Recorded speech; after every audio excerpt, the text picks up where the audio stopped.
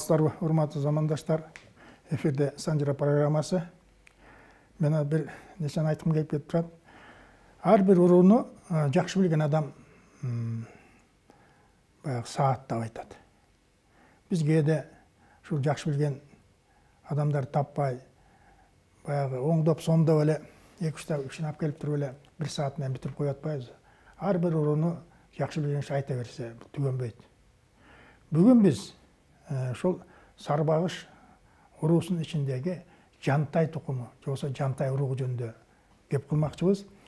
Мына береки мурунда беримде айтып кеттим эле, Абыкаев Абирбек деген жигит.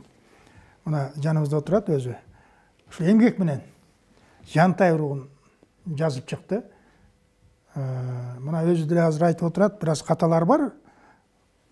Бирок бул башаты негизинен көпчүлүгү баягы өз ордунда турат да. Мына ушул китеп азыркы Жантай уругу, Жантай тукуму жөнүндө айтканга негиз болуп берет деп ойлоймун да. Мен ушу тааныштырып кетсем, жанымда отурган жигит Абыкаев Абирбек, Санжыра иликтөөчү, Туралиев Экебай, Санжыра иликтөөчү, Бүкүшев Тынычбек, бул дагы жигит Санжыра иликтөөчү болуп эсептелет. Негизинен бир ой келип турат. Кыргыз элинде биз кыркуру кыргыз деп айтабыз. Ачындыгында азыр баягы ушу билбестиктен, же болбосо акырындап кээ бир уруулар жоголуп кетти. Азыр болжол менен бир 32-33 эле уруу бар. Кыркуру кыргыз деп илгери айтчубыз. Ушул Санжыранын пайдасы эмнеде? Мен бир 3 ай мурун бир жерге чакырып, ошол чакырган жерге барып отуруп калдым. Ошолсом 120дай киши бар экен, ошонун ичинде түндүгү дагы, түштүгү да отурат. Эмнеден отурат? Эмне үчүн? Анткени ушул Санжыра ушуларды бириктирип, Баткенден, Оштон, Жалал-Абадтан келген туугандар бири-бирин кучакташып көрүшүп, түндүктүн туугандар. Бир килейген үйдө баягы жылкысын союп, баягы кубанып, баягы кучакташып сүйлөшүп отурду да. Санжыранын баягы элди бириктирген пайдасы ушу болуп атат да. Илгери мурун биз бири-бирибизди тааныбай, тээ жакка бир караңгыда машина токтоп калып бузулуп калса кайда барабыз дечү элек. Аз болсо мына туугандарды толтур, ар кимге чалсаң эле баягы туугандашып келип эле кирип кетип атат да. Бул абдан жакшы жүрөргө деп ойлойм. Санжыраны бөлөт деген сөз туура эмес. Кыргыз урууга бөлүнбөйт, кыргыз уруудан турат. Уруктан уруу, уруудан улут жаралат. Бир тилде, бир баягы салт менен, үрп адаты менен бир тилде сүйлөгөн адамды улут деп айтат. Биз кыргыз улутубуз. Ал чындыгында жанагыдай 40 уруудан турат, бөлүнбөйт, урматтуу замандаштар. Мына эмне үчүн айтып атам? Бул жерде келген жигиттер мен көпчүлүгүн тааныбайм. Бирок акырындап намыстанып, өзүнүн Жантай уругун ата тегин изилдеп, жаштарга момтип китеп кылып калтырып кетип атат. Бул жерде көп баягы маалымат берген адамдар, мына мен өзүм билем, каза болуп кетти. Асанбек Акматалиев дагы узун экалике деп жазып жүрөт. Көп кишилер каза болуп кетти. Мына ошолордун элеси, эстелиги ушул китепте турат да. Негиз болуп турат. Абирбек өзүң жаздың, өзүң ушу китептин негизинде бир сөз кылсак, китеп чындыгында баягы көлөмдүү, жакшы жазылган экен. Эми ушуну элге жеткире көрсөңөр. Мына биз Жантай уругу деп атпайбызбы? Жантай уругу, Жантай тукуму дейли. Бул сарбагыш ичиндеги 4 туугандын бирөө болуп атат. Ушу Жантай жөнүндө сөз баштасаңыз, Жантай болжол менен канчанчылык киши? Жантай бул Токо Жантай экөө дөөлөс деп атабыздын бири экинчи айылынан бак дөөлөттөн болот. Болжол менен 1590-600 тегерегинде ошол жылдарда болгон экен. Так маалымат жок эми бул кайсы жыл өлгөн, кайсы неме деген. Манаптын туулган жылдары жүрбөйбү? Ошондо Манаптан 5 жаш, 10 жаш айырма болсо, ошо где-то ошол 1590-жылдарга барып калат да. Анан Жантай дегенде эле бизде Хан Жантай бар эмеспи, Карабектин Хан Жантай. Ошол экөөнү чаташтыра беришет. Жантай десең эле баягы хандын тукуму турбайсыңбы деп, жок андай эмес. Хан Жантай деген бул Жантайдын иниси манаптын тукумдан болуп келет, неберелери болуп калат го даже. Анан ошону айырмалаш үчүн муну илгеркилер токо жантай же кара жантай деп койчу экен.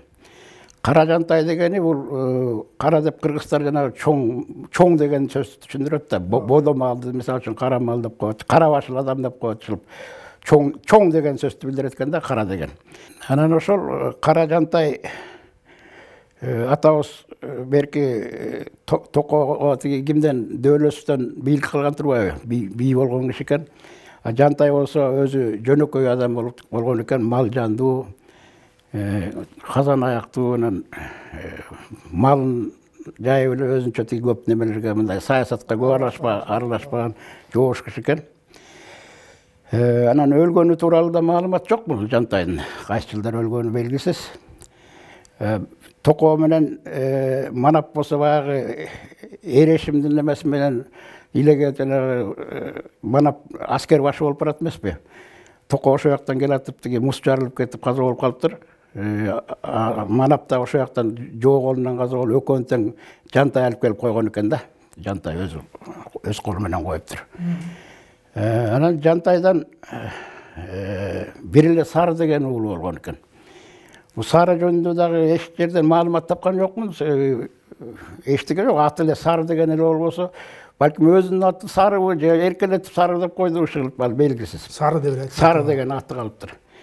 Анан эми Сарыдан биздин Бөрүчөк атабыз туулат. Бөрүчөк боюнда бар кезинде энеси Карышкырдын жүрөгүнө талгак болгон экен.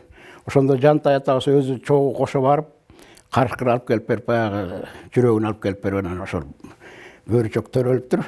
Бөрүчөк өзү кийин балбан, бий, анан жоокер болгон кыйын киши экен. Муну бир немесин айта кетейин. Бизде кимдин чоң аталары Жанал деген бар эмеспи? Ошол балбан киши болгон. Ошол балбандын бир тууган жээни Абдил Сагыналиев деген Боорек Китепке мага аябай көп жардам берет, санжырачы. Бүгүн тилекке каршы тиги микроинститут алып тиги больницага жатып калыптыр. Ошо өзү келмек да бир негизи адегенде. Анан ошол эки ада балбан өзү. Анан бирок күрөшпөйт. Ошол өзү айтат, мен 9-10 класс болуп жүргөндө биздин Камбар деген байкебиз тиги айылдагы балдарды күрөштүрүп үйрөтүп жүрчү, ошого анчамчы эле катышкам дейт. Анан кайыңдыда ал кезде бизде совхозго бул политехнический институттун балдары келчү, картиш көтөргөн. Мектептен келе атсак эле тиги ошондо кайыңдынын балдары менен немелерди күрөштүрүп атыптыр дейт. Анан бир орус чыгарып эле баарын жыгып атат дейт. Анан бир кезде мен эле чыктып эле түртүп чыгыш дейт. Барып эле көтөрүп чаптым дейт. Көтөрүп чапсам эле ошо кайыңда атын айтпай эле койгон, тукумдары укса да жаман көрөбү. Көзү айткан, мынтип караган киши же тил жакшы мактап койгон кишилер мал болобу, киши болобу кырсык болуп калчу экен да. Ошол келип эле, Жаналынын балбанды каяка кетти деп турса, бул Сагыналынын баласына кеткен турбайбы деп койду дейт. Келип эле жыгылдым дейт, үйгө келип эле жыгылып, температура болуп, небете албай жатсам эле Сары деген таакем бар болчу дейт. Ошол кокуу жанагы кимдин сөз тийген турбайбы муну деп эле анан кийин бир неме алып келип чапты дейт үстүмө. Чоппут. Көрсө Бөрүчөк атабыздын чоппут экен дейт ошол. Ошол эми мен 9-класста узун бойлуу эле да. Анан арыкчырай. Ушу тиземен ылдый келип түштү дейт. Биягы эле оролгондой болуп калды дейт. Бир салмагы 10-15 килограмм болот го дейт да. Ошол чоппут. Анан таң аткыча немелерди көрүп чыктым дейт жана. Кылыччан, найзачан кишилерди көрүп жүрүп анан эртең менен жакшы болуп кеттим. Ошондон кийин күрөшкө катышпай калдым дейт да. Анан ошо Бөрүчөктүн чоңдугу жөнүндө айткым келип атат да, ошол чоппуту. Кийин истесе ошол аягында кыстарында калып, сураса таппай калды, аягы чыкпай калды ошол. Ошондо кыстарып кетейин да. Ошол чоппут күсөккө кичи баласы болуп калат элекеден кийинчи. Күсөккөдөн балдарынан келип, Нуайга жага келиптир да. Нуайга атабызга келип, андан тиги бала ким Турал атабыз өзү бай турган өзү казан аштуу аябай эмекчи экен да. Анан баласы айтыптыр, сен жарабайсың, казан ашты менен бол.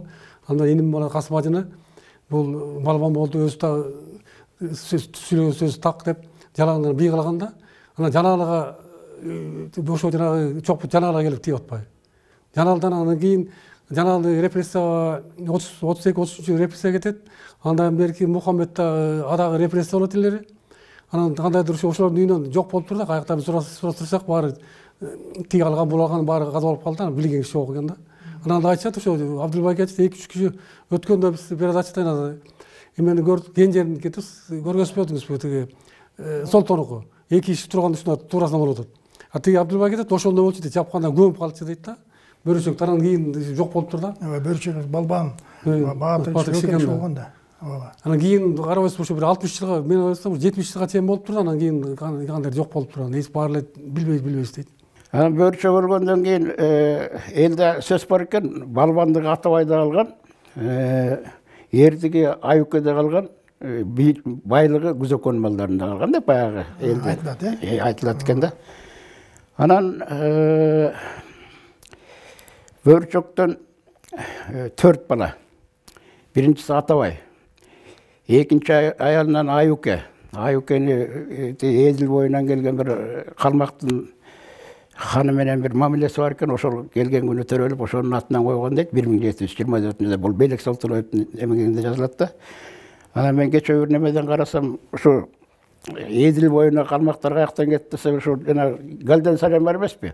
Ошонун дагы бир токолдон төрөлгөн бир инилери бар экен, ошол экөө бийлик талашып анан ошондон Эдилге кетип калган экен да тигил. Анан ошол биринчи Атабайынан Козбек, Казбек, Мендеке, анан Таштокум, Мамеке. Козбек деген биздин чоң аталарыбыз, ал өзү такай түлкү тебете кийип, түлкү чепкен кийип, анан кийин элди тегерете айыл талпактын үстүнө отуруп алып, тегеренип сүйлөшүп экен, келиндер тегерең талпак деп тергеп коюшу экен. Өсө бир лидер киши болсо керек да мындай. Анан өзүнүн аты унутулуп эле Козбек аты унутулуп түлкү болуп калган да. Түлкүдөн Темиржан, Кубат, Белек деген 3 уул. 3 баласы. 3 баласы бар. Темиржан жөнүндө. Темиржан бул где-то улусу болобу? Улусу 24-25 жашында жана инилери менен бир немеге бар, жортулга барып келатып, ошол жактан жарадар болуп, анан кете албай турган болгондо бул аскан түйүлө жана таш менен тегеренип атып, ак босатын байлап коюп, эгер соо болсом барам, өлүп калсам каяка бара турган жолумду ачып коем деп кеткен экен. Кийин барып карашса ошо Кытай жакка ачылып калган экен дейт. Анан кийин ал Токонбаев Кытайга барарда бизде Шапка деген чоң атабыз бар болчу, ошол Темиржан тукумдан. Ошону биле келчи десе, сураштырсам аякта Темиржан деген жок экен, Темир уулу деген бар экен деп коюп турам. Ал Темирби башка Темир белгисиз да.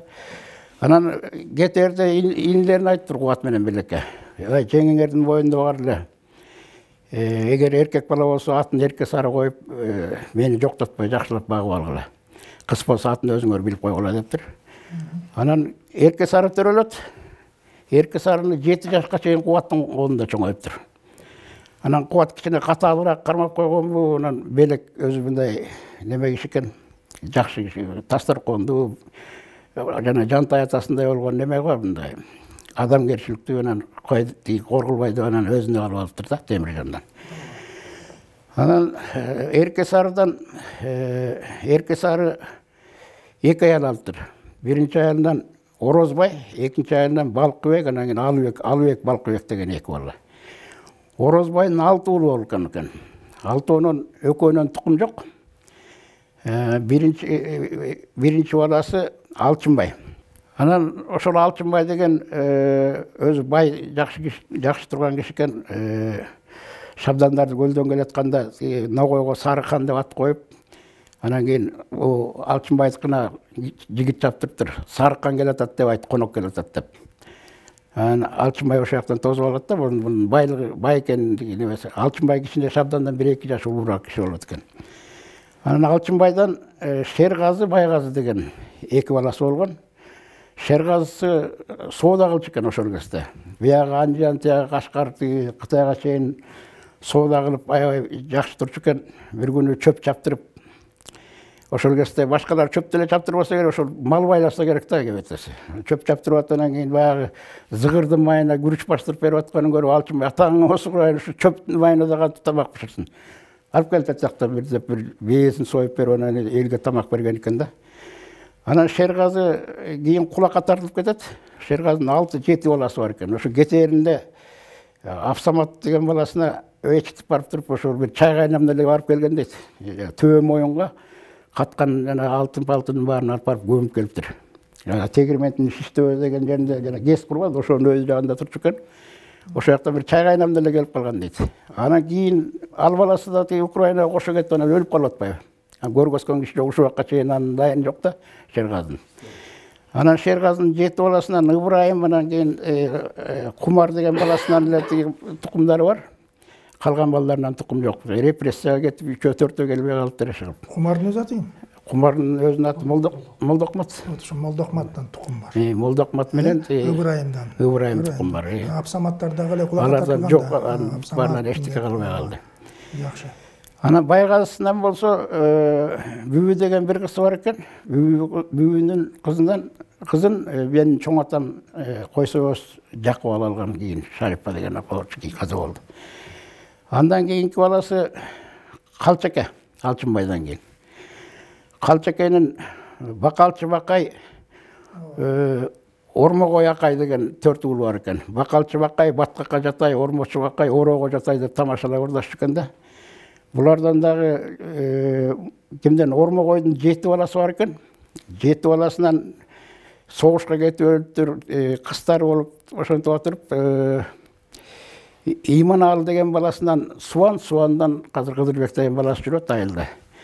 Берки Шеринбек деген баласынан Казыбай деген башкарма киши болуптур. Биздин айылда башкарма болуптур Карл Маркс колхозунда. Аябай элге карандуу, жакшы башкарма болгон дейт. Анан бир жылы ошо 42-43 жылдар болсо керек тиги эгинди эмгек күнгө эгин таратып берсе тиги көрө албаган бирөөлөр арыз жасап анан кийин бронун алып туруп анан согушка кетип ошол жактан кайтпай калыптыр. Алардан кыздар бар, тиги эркек балдар жок. Кайсы жерде турушат? Иә. Кайсы жерде? Тегирментиде. Тегирменти. Чоң Эмин Тегирменти айылында. Так, Калчаке кеттиби? Ташыбектенчи? Жок, анан Мырзакесинен бар. Мырзакесинен Тейиш Тооке деген 2 уул бар экен. Тейиштен Сулайманды Жыланбай чоң ата деп койчубуз. Бул 20 жылдар жана союз кошчу деп кедейлер немесинде ошол жакта иштеп калыптыр тиги неме менен. Агыл кожо ошол деген немелер менен. Куланбайдын бир кызы чоң чокойлор чоң болду, кайран атам кор болду деп Агыл кожо Сулайман ат көтөргү зор болду деп ырдаган дейт. Анан ал Жыланбай Сулайман атабыз аябай неме болчу. Өнөрпос адам экен да. Лайлыжан деген ыры бар экен. Анысын бир күн кечке ырдашчу дейт. Кыз жибекти айтчу экен. Өнөрлүк ишкен комуз чертип. Андан Шайымкул бир эле уул. Шайымкулдан балдары бар азыр. Бер Тоокесинен болсо Калбай деген уул бар экен. Ал жанагы кимдин Акайдын кызын, жакын тууган кызын ала качып кетти, анан кийин аны тууган арасында баягы нааразылык болгон Акбешимге көчүп кетиптир. Ошо боюнча катышпай калган да. Андан кийин Ташыбекке келдик, Ташыбектин биринчи байбичесинен Осмон Байтерек. Осмондон Мамбеталыдан Зулпукор Жумалы. Зулпукорду Шапке деп коюшчу. Зулпукор деген атын кийин эле уктук да. Шапке чоң ата деп койчубуз, өзү тек колхоз башталгандан баштап башкарма болуптур, ферма болуптур, комуз черткен, каражак Шапке деп койчу экен. Себеби барган ишин бүтүрмөгөн кетчү эмес экен да, тиги кыйын сүйлөп, элдин немесин, психологиясын жакшы билген киши экен. Мен ал кишини көрүп калдым, комуз чертип отуруп, карган кезде көрүп калдым. Анын иниси Жумалыдан Зарылбек. Шапке чоң атанын өзүнүн бир эркек баласы бар экен, ажырашып кетип, анан кийин өлүп калыптыр ал. Ошондон тукум калбай калды да. Бул Байтерек булак деп атасыңар. Бул Байтерек ушул Байтеректен коюп атабы? Осмондун бир тууганы Байтерек да. Анан Байтерек биздин айылдын үстүндө эле бир коктук кыштоо бар. Ошо жерде турчу экен Байтерекчи. Анан Байтеректин бай турчу экен жакшы.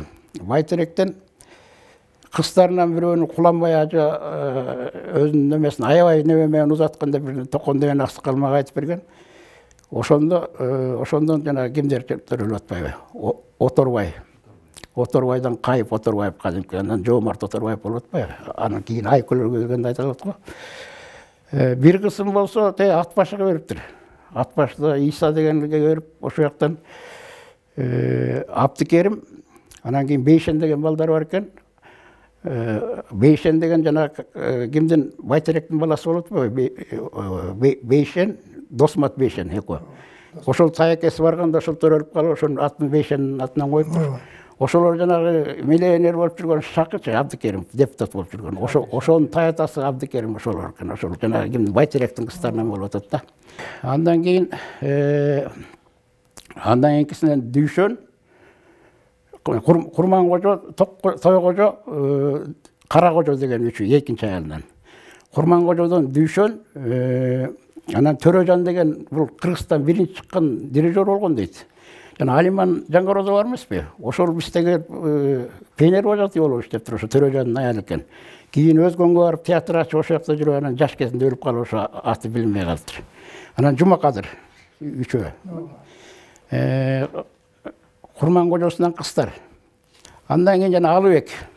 Алыбектен Абетей, Шоңко, Элтой деген 3 баласы бар экен. Элтой, Шоңко, ошонун балдары. Абетейден Уракманасты деген чыкканда Семетей айтчу дейт жума күндөрү, ал жаш кезинде өлүп калыптыр. Шоңкодон Чаңгыл, анан Жапар деген киши болуптур. Жапар Кытайга барганда өзү балбан киши болчу дейт. Көп жардам бериптир немеге. Андан Элтой. Элтой жана Алыке, узун эйек Алыке деп айтып атпайсызбы? Токтокко барганда айтабыз го. Ошого бир чети тең туш болуп анан ошону кайтарып жүрчү экен. Неме азыркыча айтканда телеэкранчыл сыяктуу болупчу. Ал өзү 10 кишиге моюн бербеген кыйын балбан киши болчу дейт Элтой. Элтойдон Байдалы. Байдалыдан Абыш, Султанбек деген 2 уулу болгон. Андан кийин Балкыбегинен Супатай Чыңгыш. Чыңгыштан ким болот? Бектур Ниязалы деген. Балкыбек. Супатайдан неме Бектур Ниязалы. Бектурнан Сартбек, Казакбай Майрамбек дегени жаш өлүп калды. Берки өзүнүн балдары бар экөөнүн. Ниязалыдан болсо, Ниязалыдан Абаскан деген байкебес болгон, ал көп жакшы кызматтарда жүрдү, көп милицияда иштеди. Ушун бар тегерменти деби? Жок, мындан жанагы кимдин Байдалынын балдары ак түстө жүрүп кетти. Азыр аякта ак түстө эч кимиси калбай калды. Экөө тең өлүп калды, балдары Бишкекке көчүп кетти, немеде жүрөт. Ким болсо Абаскан Ниязалынын баласы Шабданда биздин. Абаскандан Мелис деген баласы бар, ошо Шабданда жүрөт, анын балдары бар. Ал проекттүү эми андан ары кимге келип калдык? Кубатка өтөлү. Кубатка келип калдыкпы? Эми Эрке Сарын айтпадыкпы? Темиржандын баласы Эрке Сарынын 3 баласын айттың. Орозбай, Алыбек, Балкыбек деп айткан. Кубаттан Качы деген баласы бар экен. Качынын Түкө, Эшкожо, Жайыл, Дүйшөмбү деген балдар бар экен. Дүйшөмбү менен Жайылды 16-жылы орустар токмоктон кармап алып атыптыр да, атып салыптыр. Ошондо атыларда Жайыл белинде кемер курун чечип туруп, бир балага кичинекей бала кошо түшкөн экен. Ошого тети чоң эңге барсаң, мен немен бар, Тынаал деген бир тууганым бар. Ошого берип кой, орустар атып сал деп туруп, анан аткан кезде тигини баса жыгылган экен да, тиги бала аман калып ошо жеткизген экен. Ошол суроом ошо болчу да. Бул жанагы ким Жайыл менен кимчи? Дүйшөмбүчү. Атыларда жана бала кол косуп жаткан экен, өзү дагы. Жаш бала да баягы айтымында ошол курду Тынаалга алып барып берген. Бизде орустар өлтүрдү деп айтты. Өзү денесин астыга тосуп баланын астына жата баса жыгылып жарадар болуп аман калган үчүн Тынаалга апарып берген турбайбы? Ооба. Ушундай болуп. Анан Түкөдөн Тынаалы апай токой тур. Туура эле? Тынаалы Дүйшөмбү Жайылда. Жок, жана анын балдарын айтайын деп атам. Чоро Түкө, Эшкожо. Эшкожо. Анан бир киши өлтүрүп bir неме айыпқа жығылшардан анан кийин баягы түкөнүн бир тайганы бар экен карала деген. Чоро мергенчик ишкен ачкасан деген бир мылтыгы бар экен. Анан тиги өлгөн кишинин немелери ошол экен тайган менен демеңерди мылтыгыңарды бергиле дептир. Ошо менен кутуласыңар дегенде. Тигил аны бергиси келбей агаларына кеңешип туруп анан кийин тети Куланакта кайын журту бар экен. Ошол жакты көздөй кетип калыптыр. Анан аяктан ат башта жантайлар көп да. Ошолорго жолугуп анан ат башыга ошо тукумдар ат баштан. Анан Чоро дегенден ошол Мамай анан Карабай дегенден қазір 80-ден Чородон бир эле баланы айтат го Мамай деп. Мамай жок, дагы 2-3 баласы бар, анан бирок алар ат башта да. Ошол жакта жанагы Карабайдын баласы ким? Ошолбайке ат башынын жантайларын китеп кылып чыгарды азырчы. Жакшы. Өзү 82 жашта намаз кылып. Канатбек байке. Анан мен байланышып турам. Анын жантайдын баарын тең ошол китепке бир китеп кылып чыгарды, 5 айылда бар экен аякта жантай. 5 айылда жантай бар экен. Бу Тыналыдан Тыналыдан Камбар менен Чынарбек алар кайда турат азыр? Писнайылда. Камбар байке каза болуп калды. Жана айтпадыңбы? Эшкожодон канча бала? Эшкожодон Исак Акмат ким? Ырсалы. Исагынан балдар жок. Акматтын балдарынан бир топ бала болуп келген, жанагы Алмаз Акмат деп депутат болуп жүрбөдүбү? Ошол экенин балдарынан. Жакшы, түкөн айттың, Тыналы düşөнбү? Эшкожодон Ырсалы. Ырсалы. Ырсалынын балдарынан Кеңешбек, Көкөнай деп койчубуз, Кудай берген. Кеңешбек, Бейшебай,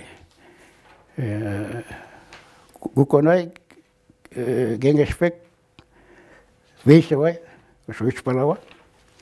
Белеге мен өзүм чоң аталарымдан, Белек өзү жайыл дастаркан жакшы, берекелүү жакшы киши болгон экен. Темиржанды 7 жаш болгондон кийин жана Эркесарны өзүнүн колуна алып, өзү багып чоңойтур. Мындан Аскар деген баласы бар экен, биринчи. Аскар деген баласы көлдөн аял алып, эстики сарбаштар ары бери көчүп, көл Байсорунга чейин биздин жерлер экен, жастап күстөп эле монтип жүрүп өткөн да. Ошол жактан аял алып калып, ошол жакта туруп калып, анан жаш өлүп калып, ошо боюнча дайыны жок болуп сиңип кеттир да. Андан кийинки баласы ким? Исмайыл. Исмайылдан биринчи баласы Абайылдадан кетет да. Биринчиси Абайылда. Абайылдадан мындан Ырсалы деген уулу бар экен. Ырсалыдан Узун Кадыр деп койчукен, өзү бою бир 2 метрдей болгон балбан киши экен. Бир казактар менен эң киши кетип акырын жүрүп алыптыр. Уже бул Совет мемлекети чыгып калган. Чокон Чомондун атасыбы? Чокмоктун атасы. Анан кийин тиги милициядан качып нарында тиги немелер бар экен, атасынын эжелери ошо жакка небетен ошо жакка качып кетишкен экен. Узун Кадыр деп жүрсүңөр? Узун Кадыр. Өзү балбан киши болгон экен. Узун Кадыр ошо жакка барганда уулду болуп, жана Аян деген айылга барып төрөлүп, Аянбек деп атын коюптур. Бул 35-жыл экен. Биринчи баласын ошо жакта көргөн. Анан Койтели, Жантели деген балдар бар экен, алардан тукум жок. Тукум калбай калды. Ошо тигимден Абайылдадан жалгыз эле ошол тиги немеде. Узун Кадырдын балдары ошолор тиги нарында туруп калышкан Карачиде. Чокмоктон барбы? Чокмоң деген тиги согушта колго түшүп кетти Америкада дейт анын тукумдары азыр ал. Дайын жок. Америкада. Бул ара келбей калган да, келбей калыптыр. Эмнеге келбей калды? Ал менин атам да согушта болгон да. Баягы пленге түшкөн атамдар. Пленге түшкөндө командирлер, партийлердин баары тең погондорун жылуу ыргытып, бизди айта көрбөгүлө деп, анан кийин бошоткондо, бияка келгенде атып салат бизди деп коркуп келбей коюшкан. Ошондон чокмок кетип калган. Ошондон келбей калган да. Келбей калды да. Анан кийин Бериктен Осмон деген өзү кыякчы киши экен, кыл-кыяк тарткан комузчу. Жана Мураталы Көрөкөй ошондон бир топ күйлөрдү ошондон үйрөнгөн деп жүрүшөт. Осмондон Сулайман Ибак. Сулаймандан Абдимитан деген байке бар болчу. Жайлыбай балдары бар. Ибактан Абдылда деген байке бар болчу. Бир Такин деген баласы бар, авария болуп өлүп калды. Андан тукум калбай калды. Эми айтсаң, бул жанагы Кой Сойбостун төрөлүшү. Кой Сойбос деген менин чоң атам, өзүмдүн чоң атам.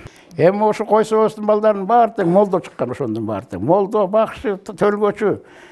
мен чекирдеген чоң атам ошону тиги атам айтчу, өз көзү менен көрдүм депчи. Бычак менен монтип ичим небете берчү дейт. Анан жиндилерди, байлатма жиндилерди кереге арка менен таңып коюп, өзү кычкачты кыпкызыл болуп жалачу дейт жаным менен барчу. Ошондой чоң молдолор болгон экен.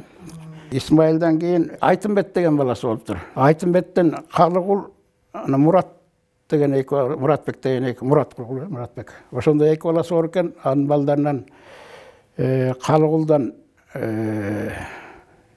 Сатыбалдан Жыйыналыдан 5 бала. Белектен кийинки эки баласы Нарын жакта, Калбайдан ат башында турат. Калбайдан андан да 5-6 бала бар экен. Ошондон Корош дегенден жанагы социалисттик эмгектин баатыры болуп жүргөн Жаркынбай, Акмат Жаркынбаев деген киши болгон экен. Ошол ат башындагы жантайлардын башын бириктирип, ошону өтүрүп, аягында жана Канатбек байкага өткөзүп бериптир, жана 10 башлык, 100 башы деп коебуз го. Анын бир тууганы Абдрахман дегенден Наамат деген бар экен. Нааматтын баласы жанагы азыркы Байш деген жигит ушул шаарда турат. Андан кийинки баласы Өмүрбек деген баласын Өмүрбектен Беки Кедей деген кетип атпайбы, ошонун Бекиси аябай бай экен. Казакбай деген, Бекинин Казакбайы. Казакбай бай болгондон кийин малы батпай көгөрөк конуп өткөндөн кийин Нарынды көздөй 5 үй бүлө менен көчүп кеттир. Анан кийин баягы кулакка тартылар маалда ошонун астында сыртка жайлоого айдачу экен да. Эки баласы Карачийде калып калыптыр дагы, эки баласы жана пейлер жыланды арыктап коет экен го. Ошол айылга туруп калыптыр, ошонун тукумдары. Ошол жакта турушат. Ошол жыланды арыктан Жусуп деген баласынан Калыгул деген байке бар, азыр көзү тирүү. Бул Кыргыз Республикасынын жана илимдер техника боюнча бирдеме лауреат, анан кийин жакшы деп Сарбагыштын эң аксакал кишиси азыр ошол өзү физик. Эмгеги сиңген, айылына аябай чоң жардам берип, ошол кезде ичкен суу деген жок экен да, кыпкызыл болгон чопой иччү экен. Ошол Усуалевке өзү кат жазып кирип атып, суу койдуруп берип, ошентип айылына аябай өнүп өткөн экен. Көзүнүн тирүүсүндө мектептин атын ошол Калыгул байкенин атынан коюп койду. Урматтуу замандаштар, бул жерден кээ бир адамдарга балким кызыксыздар. Бирок ушу санжыра көрүп аткан адамдар айтат да, ушул Тынчтык байке ошонун жылын, анан ошолордон кимден тараган, кайсы балдар чыккан деп атып сурап калышат да. Мен ошол эле баягы суроого азыр жооп күтүп атпайм. Ошон үчүн аталыктар айтылып атат. Муну баягы атын айтсак оту сүйнөт болуп балдары, урпактары көрсө кубанар. Кээ бир айтпай, мен атамды таштап кеттиң деп. Мен силердин атаңарды кайдан билем? Мен бул санжырачылардан ошон сурап атам. Ошон үчүн мен сени баарын Калбай, кимдин баарын шашпай бир сери акырын айтып өтчү деген сурагым ошо болчу да. Мен сен дагы кайда кеткен, эмне үчүн кеткени сен жанагы айтасың, Жусупту түрүшүндө өзү мектептин атын койдурган. Туурабы? Жакшы, ошон үчүн гана биздин максат ошол да. Ошол эми бул Түлкүнүн балдарын мен айттым. Ооба, Түлкүнүн Козубектин балдарын. Козубектин балдарын айттым. Эми биз өтө эле Мендекеге өтөлү.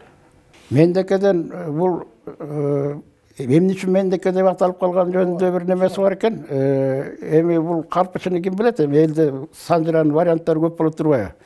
Бир жоого кетип баратканда сураптыр, ой, биз кокустан келбей калсак тукум калчу неме бар, кимдин боюнда бар десе, менде бар аке, менде бар аке деп турду. Ошол Мендеке болуп калган деп айтылып жүрөт. Ошо Мендеке деп ушундай айтылып жүрөт да. Анан Мендекеден 4 бала болуп атпайбы? Андагул, Андагул 3, Нарбото, Акбото. 3 баласы бар. 3 баласы бар. 3 баласы бар. 3 баласы барбы? Эми булардан Акботодон таралгандардан мындай атактууларынан келсек, азыр мага бул китепти чыгарып бергенге жардам берген милициянын генерал лейтенанты Кеңешбек Дүйшөбаев деген, аны элдин баары эле билет болуш керек, убактылуу өкмөттүн убагында, Асанбекович. Убактылуу өкмөттүн убагында Эсен мунун председатель болуп турду, андан мурун министр болгон иши кылып. Азыр Сарбагыш коомунун төрөгасы ошол өзүнчө биригип өткөндө курултай өткөзүп өтүрөт. Бул Насипбайдын урпагында. Насипбайдын баласы Насипбайдан. Насипбайдан болот бул. Жардам берген экен да? Жардам берет, айылдагы Мендекелерге барып жакшы жардам берип турат. Бул китепти өзү жалгыз чыгарды деп айтпайм. Кемдин Жантайдын балдары бар да буякта. Ошолордон чогултуп, акча чогултуп берди. 450 миңге чыкты. Себестон немесичи. Ошонун баарын уюштуруп, ошол киши бүтүрүп берди. Урман замандаштар бир андагылдын баласы Насипбай деп айтпайт. Жаныбек, Бердике, Бердиш деген балдары да айтылып жүрөт. Ошо барбы ошо балдар? Бар, ошонун балдарынан бар анан Нарботон Саза өзү жетим калган экен Саза. Анан Ормон хандын убагында болгон экен да. Анан энеси кыйын киши экен. Анан ким Ормон тиги сорпого нан турган деген жакшы көрөт экен. Анан энеси Ормон тиги Ниязбектин ашын берем деп алып атты тиги Кокон хандыгына караштуу экен. Анан ошондой жигиттердин Ормон тияка уруксат берип жиберебиз, уруксат сурап келишке деп тиги эмеге Кокон хандыгына барып атканда энеси айтты. Сорпого нан турап алып анан тиги Ормон ханга кириптир. Ушундай балам кыйын өзү тың бала, сөзгө кыйын баары ким Саза. Ушуну бир жардам берип коебуз десе макул дептир. Макул ушу кеткен атты эле ошого кошуп жиберейин деп. Анан ошо Ормон жигиттер менен барып Кокон хандыгына барып анан Саза датка деген тияка бергенден кийин анан уруксат бере берсин, Ниязбектин ашын бере берсин деп уруксат берген экен. Сазаны ала барганда ошондон жанына жигитти кылып алып жүргөн дейт Сазаны. Ал бүт жерге айдаган экен да бул Сазаны. Колунан келишинчечи баарын жумуштун аткара берген аябайчы. Таг аткарып келсе экен да анан ашын берип тиги ошол убакта эметкен да Саза. Ошонун аркасы менен чыккан да Саза. Анан катуу бул киши катуу анан ич тардыктагы эме жактары көп экен да аябайчы. Анан тиги өзү ошол убакта жигит болуп жүргөн бий болгон Ормон хан эл төртчөлөгөн ал кеткенден кийин бий болуп чоң эмге болуп калган экен да. Анан өзү кимди Шербото тиги Шерботонун баласы Сурантай бий болгон экен да. Анан элдин баары бий ал убакта болуш боло элек, орустар келген убакта орустар 1870-жылы келген болостуу управлениеде болуш ошол убакта келген, ага чейин бий болгон экен да. Анан акча согултуп барганда акча берет экен, ал убакта теңге берет. Анан муну дегим Саз алып койсун деп салып койчу экен. Анан келсе Сурантай да кыйын экен да. Сурантай ал тигиндей бир алып алыптыр. Муну Сурантай бий салып койсун деп салып койгон экен акчаны. Сурантай андан кыйын экен да. Анан Сурантай ошо тишин аттын уртуш чыкканда уртушу аттын тишин кагымдап атып ошондо заражение ошондон өлүп калыптыр да. Анан барып сүйүнүп көп эме кылган эди, бут жашырып келди камалада. Анан Чинел өлдү деп айтты. Тамана ийне кагып кирбесин тырмаган. Чинел өлүптүр. Анан барып өкүрүп барып кайыңда барат да, барса тиги өкүрүп бакыр ыйлап барат экен, катуу ыйлап. Чинел сен өлгөнчө мен өлсөмчү Чинел өлдүң деп өкүрүп бакыр ыйласа атасы Шербото тияктан келген Саза тиги мендеки Саза ыйлабаса мен түрү турам барам барып Ниязбектин коргону тиги мүрсөсүнө барып алып коргон неме коргонго деп ошого карап муну өлүп калыптыр ким. Ошо өзү муну өлүп калган же? Жок. Өзү барып өлүп калган. Өзү атасы намыстанып кетти. Намыстанып тиги ким ыйлап атпайбы? Саза. Ниязбектин жанагы коргонунда мындай 4 неме бар болчу дейт.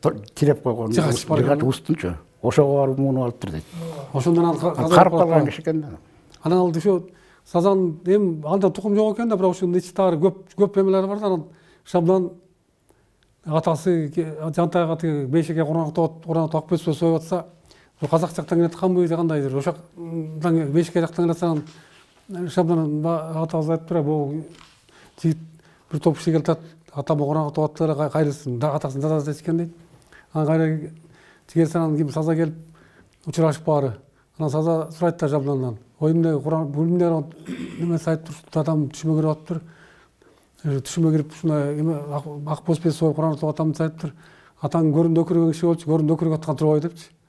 Анан ошондон жакшы эметип калган дейт да, негизи Шабдан абдан актылуу куш экен да. Аягынан такыр эмеске жолотпой койгон дейт мунучу. Бийликке жолотпой эчтеке кылбай кийин карып баласы эчтекеси жок, баласы жок, каза болуп. Сазаданбы? Бала жок анданчы. Жакшы. Бул Нарботон тукум Темирдин баласыбы? Темирдин баласы. Темирдин баласы. Саза. Жакшы. Бул тиги кошуп коеюн да, жанагы кимди Жантай атабыз да жаман көрчү экен да аябай. Анан бир эме болгондо тиги Ормонго жамандап атып анан кийин тиги башын алыш керек тигүү дегенде анан ушунда алке айткан экен. Төрөгелди айтып турбаса. Ал тиги Жантайдын башы кетсе сен тирүү каласың бул жерде деп айткан жери бар экен да ушу. Биз Илекеге келели. Илекеден мурун Биз жанагы мендекени айтпадыкпы? Атабайдын бир баласы калды, Мамаке. Кыз кайтып койсоң, Мамаке. Мамаке Таштокумда. Айтып бербесин мемелде. Bundan жанагы мен дагы бир мындай бир бүдөмүк болуп аткан Кудай берди тиге Кожа келди деген балдар барбы?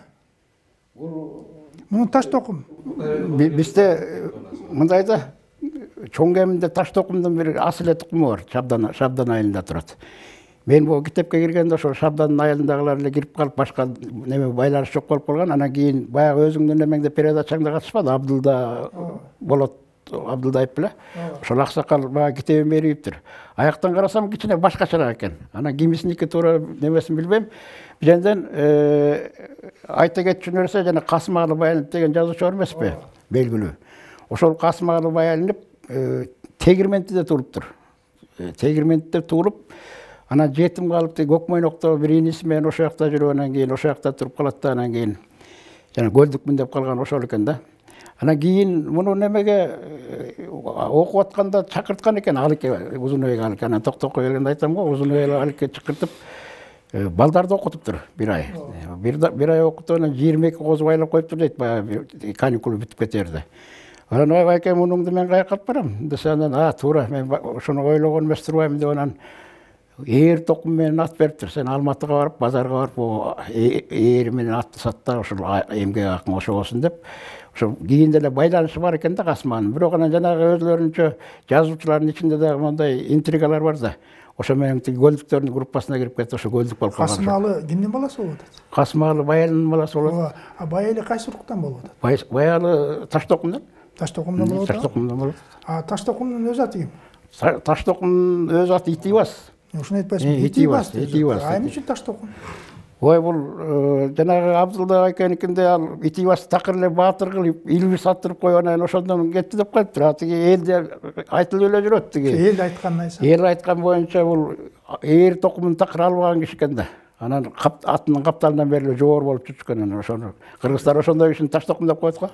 Ошондон Таштокум болуп калыптыр. Эми Таштокумда канча баласы бар? Итибастын. Таштокумдан 8-9 баласы бар экен. Жана Канай, Кедей деген ошол балдар да. Байчеки. Ошолор бар, Канай, Кедей, Бөбөк, Бүрчөк ошол балдарбы? Ошонун балдары. Туура айтып атамбы? Туура. Биякта эки атасы эле балдар бар экен биякта. Ким экен булар? Биякта негизи нарында турбайт, жана Абдылда Болотбеков келбеди ошо. Ошол экен аргача кетип калган. Кетип калган, БТ бир жерге кетип куугунталган. Анан баягы Тарынч менде кеткендер бар. Жок, негизи муну үмөт алынып алганда алып кетти экен да. Ооба. 1870 жылда атат, анан баягы мен Ормон хан өлдүгөндө тиги мага жардам берген эмессиңер деп жантайбыз, мага тийишер булар деп анан бүт көчүрүп кетип койду. Таштокумду мендекени, токтокулардын баарын көчүрүп тиги нарынга алып кетип калган да бар бүт. Анан ошол жылдары болуп атат да. Ошол борыш деген ошондо чыккан экен да, анан тиги эмеге барып карасууга бул ким алып кеткен деп атат. Казы, чоконду казы алып кеткен бир вариант ошондой. Ошо баягыда да мен аяка бардым, баягыда көп экен аябай. Жана байкем айтып 6 жерде бар экен депчи. Анан Касымалы ал тиги эмеде Коланактагычы болуш болгон. Ада ар бир түтүндө 5, ар бир эмеден болушта 5 теңге чап кеткен экен. Ошондо чоң көп кеткен да. Болуштукту кол жетпей атат да. Ошондо кетишкен, анан баары азыр эми мына азыр жакшы из айткан туруп атат да. Азыр баары тууган болуп катышып, ат башын бар бияк чоң эмдер ат башыга барып, оштуктар бияка келип баары тууган болуп табышып атышат да. Баары эми ал бүт Кубатбелектин баары, бизде Токтогулдун баары ошо Кара сууда, Кара коюнда экен баары. Ой, тиги айылдагы Кубатбелектер менен андай кучакташпайбыз да, тиги жантайлар келсе эле кучакташып бир тууганын көргөндөй болуп калдык. Жакшы. Чалышып турабыз телефон менен. Эми биз менимче Атабайды бүттүк го дейм. Атабайдан экинчи иниси Аюке. Тынчыбек. Аюке да. Аюкени силер тиги Белек Солтоновдун айтканы боюнча канчанчы жыл төрөлдү деп жүрөт? Аюкени 1700-жылдардын ошо 1730, 1700 ушунун ичинде да, так маалымат жок да ушул. Анан кийин бул экинчи баласы. Атабайдан кийин Аюке. Атабайдан кийин Аюке. Ошо Аюке тууралуу. Аюке ушул 1700-жылдары туулуп атпайбы? Анан бунун Аюке болуп атылып коюлуп калган себеби бир тиги калмактан келип бир баатырбы бирдемеси келиптир, ханыбы ушу. Анан аны менен достошуп, анан ошонун урматына анан Айыкө деп атын коюп коюптур да. Мен Белек Солтоновдун эмесине айтканына караганда 1724 деп айтып атпайбы? Белек Солтонов качан жашаган киши? Болжол менен туура эле айткан окшойт да. 700-жылдардын 1724, 1730 жанагы биз Бөрүчөктүн баласын айтып атпайбызбы? Атабай, Айыке, Илеке, Күзөкө деп. Урматтуу замандаштар, жана жылы кайсы деп сурап атпайбыз. Болжол менен 1725, 1730 турган кишилер да булар. Айыке 1724-жылса, бул Айыке экинчи болосо, Атабай балким 1720-жыл ушундай да. Андан кийин Илеке, Күзөкө болуп кетет да. Айыке, бул Айыкеден ким? Айыкеден Боктубай. Боктубай өзү мындай жокер чалыш киши экен. Анан кийин тиги жогу кетип келсе, тиги үйүн айылын чагып кеткен болот да, анан аркасынан кубалап барса, тиги аялы акылдуу, эстүү киши окшойт. Бул дагы жалгыз эле булар менен чабышам деп майып болуп, мерт болуп калбасын деп, анан кийин тиги боюн ак бурага чыштап жиберген дейт. Баласы менен. Баласы менен деп буга. Баласы менен. Ооба. Анан кийин түңүлүп бери көздөй келатса, жолдон бир кой кайтарып жүргөн балага жолугат. Жолдон бир кой кайтарып жүргөн балага жолугуп, "Ой, сен каяктан?" эмне десе, "Мен кыргызмын" деп айтат. Ошол жакта бирөөнүн коюн багам, бир калмактын коюн багам. Анан кандай белгилериң бар? Десе, ушу далымдын ортосунда бир калым бар. Анан мен ошол үйгө барып коноюн. Сен келгенде эле тиги бозокор балам, иним биякта турбайсыңбы деп, анан кийин басып чыгылайын. Анан баягы үйгө барып отуруп, анан кийин тиги кой кайтарып келгенден кийин анан ушинтип бул мен жоготкон иниме окшош экен. Анан кийин басып чыгылат экен. Анан кандай белгиси бар десе, тиги дал ортосунда калын айтып, анан кийин тиги сүйлөшүп алганда. Сүйлөшүп алышканда. Анан бозокорду эчтип келип, ини кылып атпайбы. Анан кийин жолдон келатса, дагы бир бала келаткан болот. Ал тиги сураса, кыргызмын деп айтат экен да дагы. Анан кара термечик. Аны дагы эчтип келип ини кылып алат. Анан кийин тиги беш кемпирден жанагы кимдер болуп калып атат да, ошондо Айыкө Майтык баатыр. Эмне үчүн беш кемпир? Ушуну түшүнөм, ушул өз аты эмеспи деп ойлойм, ушу беш кемпир. Ал жөнүндө маалымат жок да. Ушул маалымат. Ал каяктан келген, тиги беш кемпир жөнүндө. Беш кемпир деп коюптур ошо. Беш кемпир деген мындай да, кээ бир урууда бар беш кемпир. Дагычы. Эми жана айтып эле мындай да негизи. Аялдан бала токтобойт, мисалы үчүн. Алла таалам көрүп турат. Алла таалам алып кетти, дейт, чачап калып атпайбы? Ошондо аял бала төрөгөндө 5 кемпир туруп аласынан өткөргөн. Ал адашып калсын.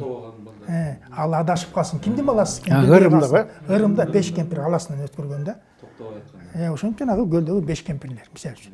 Токтобойтун баягы биринеден төрөп чачып калып атпайбы? Жок, ошону алдаш керек да. Баягы 5 кемпирдин аласынан өткөргөндө. Бирок ошондой маанайда айтып атам. Демек, значит, 5 кемпир баласы экен, жакшы. Боктубайдан ким? Боктубайдан Кудай бактынын биринчи аялынан. Коятсаң, ушу Кудай бакты, эмне үчүн Кудай бакты? Кудай бакты ошо мен айтып коеюн. Кудай бакты ошо Эзоолдун учурунда болгондо, тиги ким казактын баатыры Бердикожо. Казактын баатыры Бердикожо келип, Кыргызга келип, Солтоо Сарбашка келип, баары таркап аткандан Эзоол баатыр баары бүт баарын кырып, казактын баарын таркалып караганда ким жаңыз калат экен өзү. Казак Бердикожо. Безор жаңыз калып чоң кемби чүйгү, анан Кудай бактын астына чыгып атпайбы? Кудай бакты аны тааныбайт аны. Тааныбайт, тиги денеси бар кан болсо, анан жардам берип, таанып айтып ушунда казак элем ушунда урушуп келет, анан экөө достошуп коюп жүрүптүр да. Тааныбай элечи, ал кеткенден кийин айтат экен да. Бул деген тааныгандан кийин бул казактын эмесин кетирдиң, Эзоол эми сени өлтүрөтөм деп. Анан ошондо айтканда Кудай бактын Кудай какты деп. Анан ошончо биздин жаантайлардын баары тиги манаптар эметип калган экен да, жоолопчу аябай. Сен биз кыргыздын баарын кырып атсаң, сен казактын баатын оюп бересиң деп. Туура. Урматтуу замандаштар, эми мен толук айткан жоксуң. Мен кайра кайталоого туура келип атат да. Эсенгул кырды. Эсенгул кыргыздын максаты Бердикожону өлтүрүш керек болчу. Бердикожо таптырбай кетти. Анан Эсенгул айтып атпайбы? Тапкыла деп жигиттерди кое берет. кое бергенде Кудайбакты жанагы товарлап эки досу менен келатканда астынан бир куралы жок казак чыгып атпайбы. Куралы жок казак чыкканда ошо айтылган жери бар да. Казак айтпай, сен адам тике караган мен окшоп тике карайт экенсиң, сен окшогон мен окшогон баатыр окшойсуң. Кел достошоюк дейт. Мен кыргыз казак. Курал жок болсо эмне кылам өлтүрүп? Достошол дейт. Сен атың ким дейт. Ана Кудайбак деп айтат да. Ай, кыргыз казакта эмес, казакта бир жакшы салт бар. Достошкондон кийин бир сыйлык берет. Бореке бөлтөктүн артында жапыстууда эки ат оттоп турат. Ошону буту берип, буту агышырак ошол күлүк чыгат. Мен сага ошону бердим дейт. Кудайбак тутай, ой рахмат досум деп атпайбы. Болуп туруп кош досум, мен кеттим деп кетип баратпайбы. Анан Кудайбактан, ой, а сенин атың ким дейт. Менин атым Берди кожо дегенде. Кыргызда, казак салтында достошкону кантип өлтүрөсүң? Кудайбакты ошого колу достошуп алып, колу барбай калып, анан Эсенкул айтат, айтсаң Эсенкул айтпайбы, сен Кудайбакты маселе Кудай какты сени. Берди кожону кой бердиң деген сөз да, ошо Берди кожонун кетип калган. Кудайбакты, туурабы? Кудайбакты. Эми Айбекени айтып атпайбызбы? Анын биринчи аялынан Мундузбай Сартбай. Мундузбай Кудайбактын биринчи аялынанчы. Сарт аялы деп коет, Кыпчак аял деп коет. Ушу бул Кеңбулуңда турушат булар. Кеңбулуңда турушат. Андан экинчи баласы Итибас. Сару аялынан. Сару аялынан экен. Итибастан Дайырбек Ажыбек. Ажыбектин аты Карачолок деп. Эмне үчүн Карачолок? Карачолок болуп калганы тиги бир жоого чабышка барганда казактын атын сайышка түшүп ыргыта сайып анан кийин атын олжолоп алышчу экен да. Анан ошол ат тиги жалын түйүп жиберчү экен. Меники депчи. Анан кийин ошол аттын куйругу кезик экен да. Куйругу кезилген ат экен. Анан кийин тиги сайышка чыкканда эле бул кайсы баатыр баягы Карачолок ат минген баатыр болот эле. Анан кийин Ажыбек аты өчүп Карачолок болуп калыптыр. Урматтуу замандаштар, бул жерде айтып кетиш керек да. Эмне үчүн Карачолок болуп калды? Дайырбек Ажыбек бир тууган. Кыргыз салтын карабайсыңбы? Урушта киргенде байлык алат да, өзү сайып атса, ошол атты жактырып калып, жанагы жалынбы куйругун түйүп туруп анан бул менин атым деп урушка кирип, душманды кубалап келгенден кайра атталат да, ошого эч ким тийчү эмес экен. Сайышка түшүп тиги жеңгенин атын коштоп келчү экен. Ооба, коштоп келчү экен. Коштоп келчү экен. Тийчү эмес экен, салт да. Бирок ошол ат үчүн Карачолок жакшы эле азап тартты, жакшы эле атын сурашты, күлүк атты. Бербей коюп анан кийин тиги желкесинен да муз ташыптыр да. Ооба. Атталаш. Атты Ормонхан суратып, баласы суратып атпайбы? Ооба. Матай Мусаге барып сурат, анан атты бербей коет да. Жеш жок барман деп барып сурайт экен. Ал бербей койгон тиги мурунча элестип калса 4 күндө тиги бир жастыгына куна мүнүп келатса, андан мурун Матайды өлтүрүп атпайбы? Андан мурун тиги Сарбашов Матай Ормонхан Суанын баласы Матай. Мусаке Матай Адыл. Мусаке Адыл. Анан бул чүйгө Сарбаш тырайлары келип жылкы чагып келатса аркасынан колоп, анан кимди ошондо ким Карачолок өлтүрүп атпайбы? Матай муздап атпайбы желкесинен? Матай өлтүрүп салып, жок, биринчи Матай өлтүрүп атат. Матайды өлтүрөт. Матай өлтүрүп өлтүргөндө Ажыгы ким өз тууганы Халыгул ортого чыгып алып калган экен.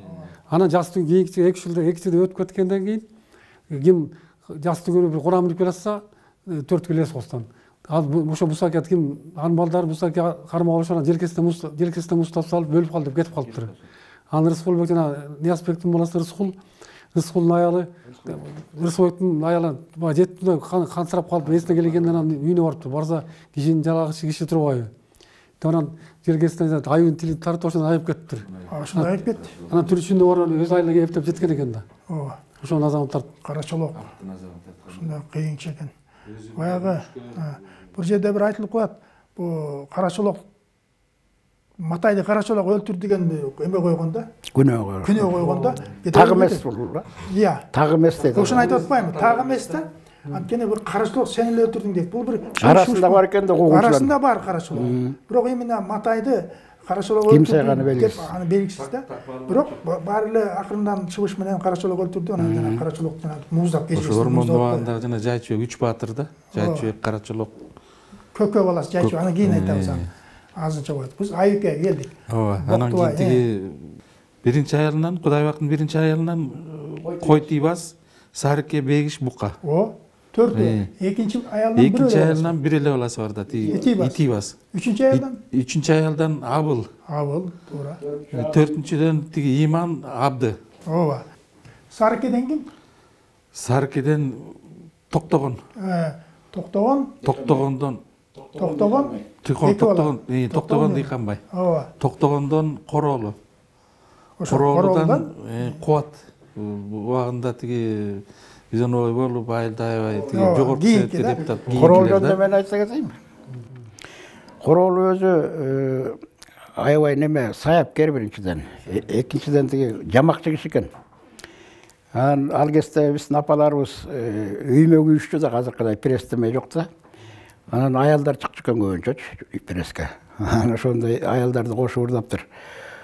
Латипа үйгөн кайкы чөп жаман үйүп койду деп ыйлап турат, жайкы чөп деп. Анан Шарипе үйгөн шамдай чөп, шаардагы тандай чөп деп карабайсыңбы? Ошондон кийин тиги биздин Аскаралы деген чоң ата Соко тең түшкөн аркы Шабданга Новороссийскадан келет, ошондон кийин бир бөтөл кара алып алып экөө жолдун боюна ичип анан атка мине албай калышыптыр да. Анда мынтип коет дейт. Аскаралы Короолу, мынтип жүрсөк болобу? Арагы менен курусун, бул жорукты коелу деп коет дейт. Ошондой жамакчы киши экен. Короолу, Камбар деп айтып атпайсың. Булар эмне? Ат тактаган кишилер. Саяпкерлер. Булар жана Кыргызстандын 40 жылдыгында келип гүлүк жабышкан. Ошол Короолу саяпкер болуп, тиги Камбарбайга жардамчысы болупчу. Жакшы. Койтибастан Черикчи. Черикчиден Шайкыдин. Шайкыдин. Шайкыдин Койтибастан. Туратан балдары ушу айылда болуп жүрөшөт. Жанагы улуу Куларбек деген ошол балдар. Ошонун балдары. Жазып алыпсың. Куланбайдан ажы деп атпайсыз? Куланбай ажыдан 5 балада. Оторбайдан Кайыптан Жоморт Оторбаев, премьер-министр болуп. Жоморт Оторбаев ушу Куланбай ажынын урпагы экен да. Урпагы. Жантай тукуму турбайбы? Жантай тукуму. Жакшы. Дагы. Сулайманкулдан белгилүү жанагы ким? Хакин Сулайманкулов. Химия илимдеринин доктору, академик ушул чыккан. Дардайыл деген айыл болчу. Дардайыл бар, Хакин Сулайманкулов бар.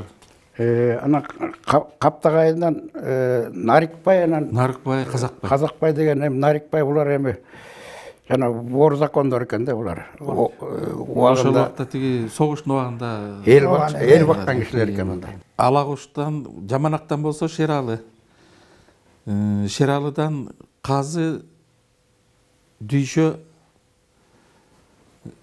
Шералы Казы Дүйшө үчөө бир тууганда, Шералыдан Бүкүш Усуалы Мажит. Анан бир кыз бар. Усуалы башкарма болуш деген. Ушу Тегирмел совхозунун башкарма болуп жетектеп турду. Анан кимдерди? Белек Солтоноев. Белек Солтоноев тиги Сарбагыш. Албектин балдары. Албектин балдары да.